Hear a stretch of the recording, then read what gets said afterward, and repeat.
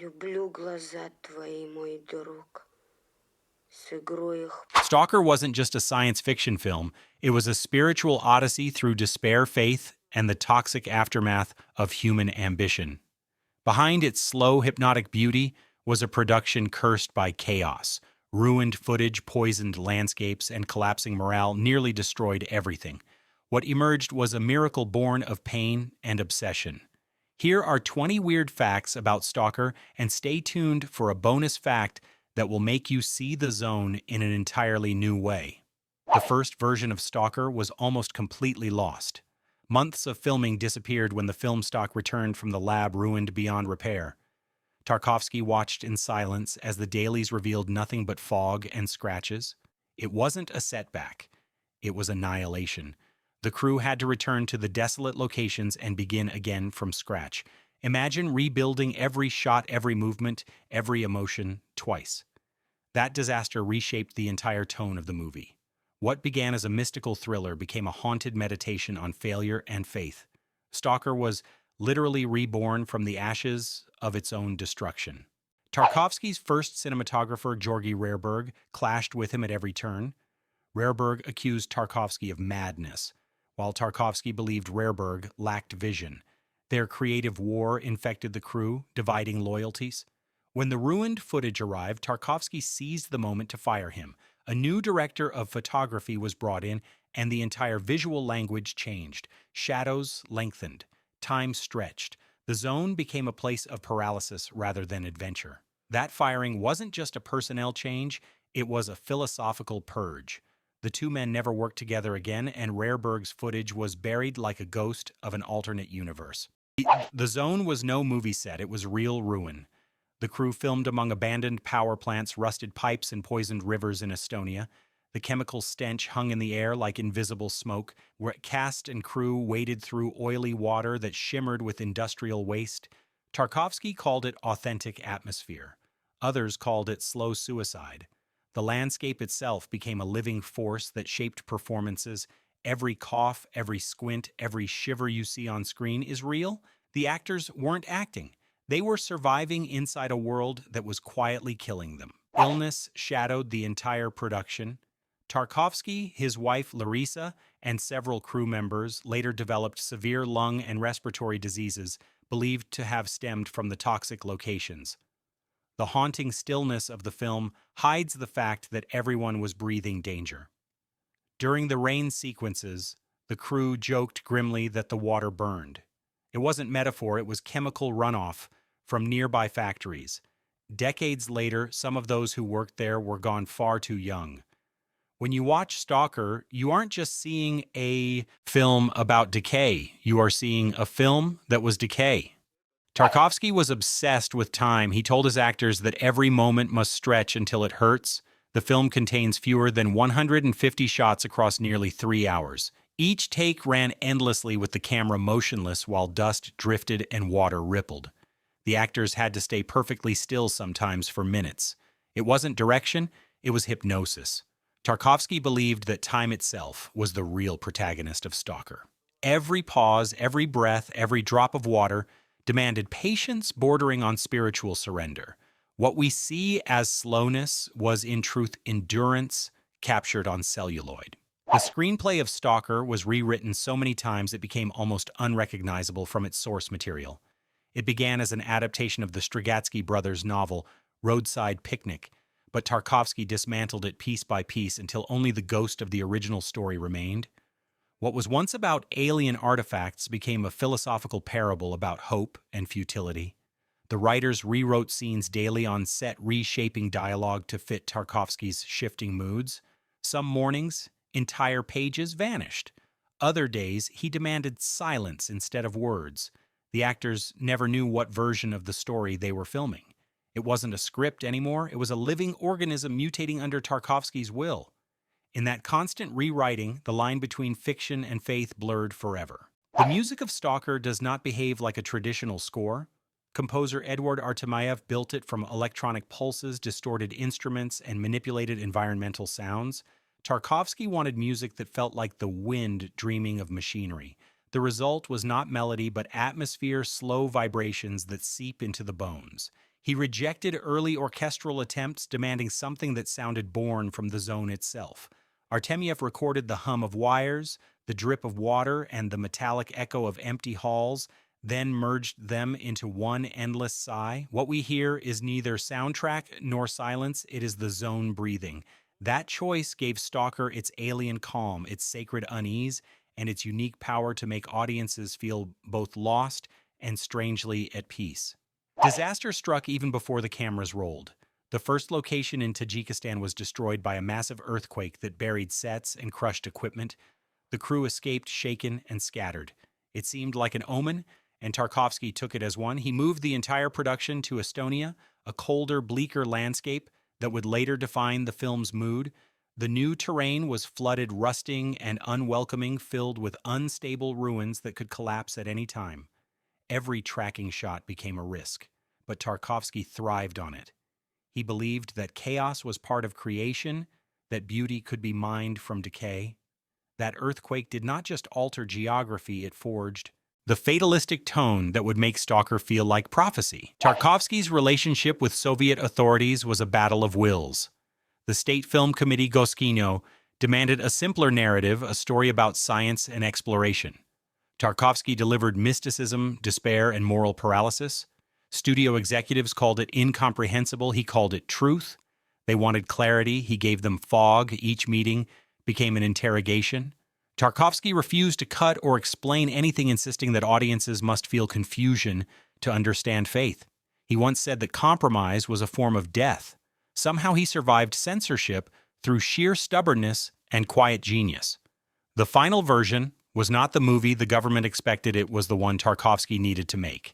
And that defiance made Stalker the rarest of Soviet films, a state-approved act of rebellion. The room at the end of the zone was never meant to be explained. Tarkovsky warned his actors not to interpret it, not even in private. He said the room changes depending on who enters it. For some, it is salvation, for others, damnation. On set, he refused to say whether it was real or illusion, telling the cast only to act as if they were approaching something they both desire and fear. That mystery bled into every performance. When the stalker trembles before the threshold that is not acting, it is awe. The room became the purest embodiment of Tarkovsky's vision, faith tested against despair. It was not a destination. It was a mirror showing each soul exactly what it did not want to see. The filming of Stalker tested every actor's sanity.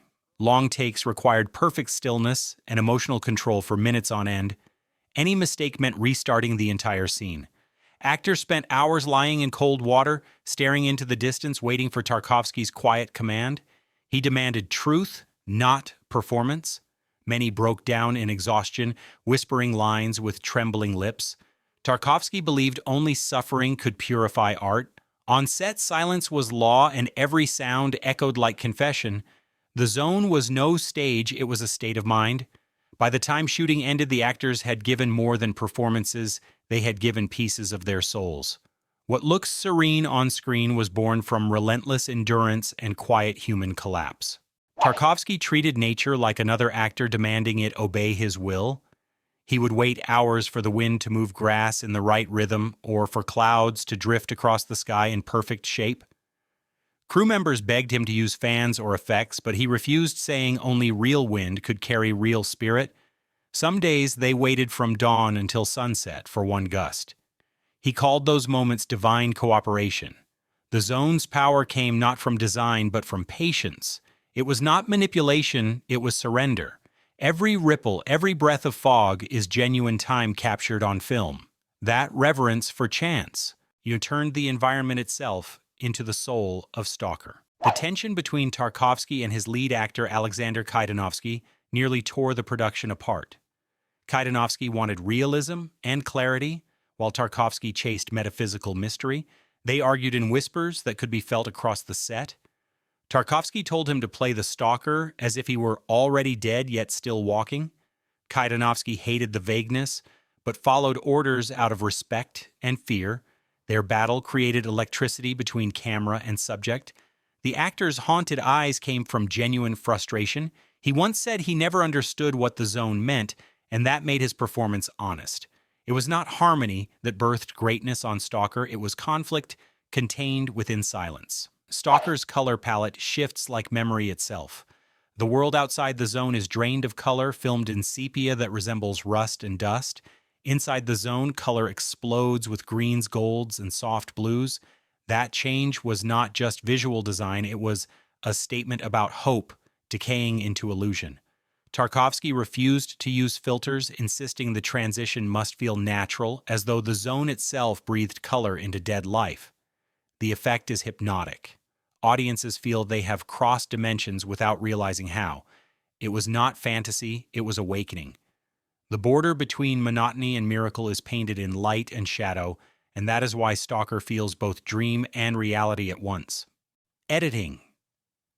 Stalker was like sculpting fog. Tarkovsky sat with his editor for months, removing almost every trace of narrative momentum. He called it sculpting in time.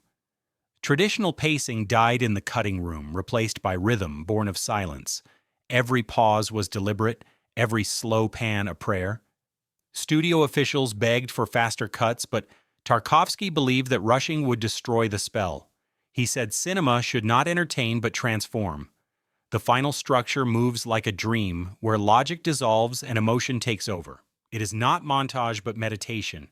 Stalker is less about events and more about duration itself, about how time erodes certainty and reveals the truth buried beneath human noise.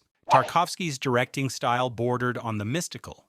He rarely explained meaning and often spoke in riddles. He would tell his crew that the zone decided when to allow filming. If conditions felt wrong, he canceled the day without warning. Some believed he was guided by superstition, others by instinct. During one shoot, a bird landed exactly where he wanted the actor to stand, and he took it as a sign to roll camera. Moments like that created an eerie faith among the team, as if nature itself approved or rejected scenes. It was not method directing, it was ritual. Stalker's haunting stillness emerged from Tarkovsky's belief that cinema should reveal what words cannot, what breath hides, and what silence remembers. No one on set knew what the stalker's dog symbolized. Tarkovsky refused to answer questions, calling it a presence, not a symbol. The animal wandered freely through takes, sometimes disrupting scenes, sometimes completing them perfectly. Tarkovsky filmed whatever it did and built meaning afterward. The dog became a silent witness, following the travelers and finally leaving the zone with them. Viewers argue it represents guilt or memory, or maybe the soul of the zone itself. Tarkovsky smiled at all theories and denied none. He wanted mystery to breathe. The dog's quiet eyes contained more emotion than dialogue ever could. It was not an extra, it was an omen walking softly through the wreckage of human longing. The crew called the production The Poisoned Pilgrimage. Rain fell black, water shimmered with oil, metal flaked into food. The smell of chemicals clung to clothing and skin. They joked that even the air had a script. Every day began with sickness and ended with exhaustion. Yet Tarkovsky kept shooting, believing suffering carved purity. Crew members would later say that no one truly left the zone even after filming ended. The experience followed them into sleep. It was not only a film shoot, it was an ordeal of faith. What audiences see as slow-motion beauty was in truth the weight of real human endurance measured in pain and patience. When Stalker premiered, it confused almost everyone. Audiences expecting science fiction adventure found spiritual paralysis instead. Many walked out in silence, not sure what they had seen, but others whispered that it changed them. Over time, critics who once dismissed it began calling it one of the greatest films ever made. It spread quietly through universities and cinephile circles, becoming sacred text for filmmakers who believed in cinema as art, not commerce. Tarkovsky never cared for box office, he cared for eternity. The film he fought and suffered for became immortal, not through hype, but through haunting. Stalker was never designed to please. It was built to endure and to echo forever in the minds of those who truly see. Years after the film's release, Tarkovsky himself became one of the casualties of its creation. He fell ill with a lung condition eerily similar to what afflicted other crew members.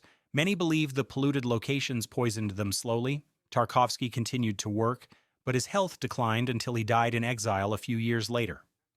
Friends said he never regretted filming in those ruins because he captured something sacred before it vanished from the world. Stalker became his final prophecy, a vision that demanded everything from him, including his life.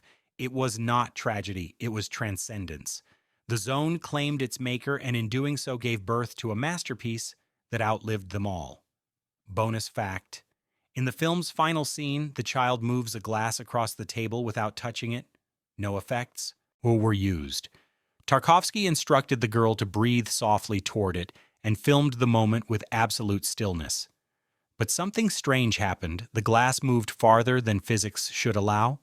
The crew swore they felt the air shift, though no wind was present. Tarkovsky never explained it. Some call it trickery, others call it proof that the zone followed them home. That shot became cinema's quietest miracle. Stalker remains one of the most mysterious achievements in film history. Born of ruin, shaped by devotion, and carried by death, it stands as proof that art is sometimes a wound that never heals. Step out of the zone, but remember it is already inside you. Go ahead and subscribe for more untold stories hidden behind cinema's greatest dreams.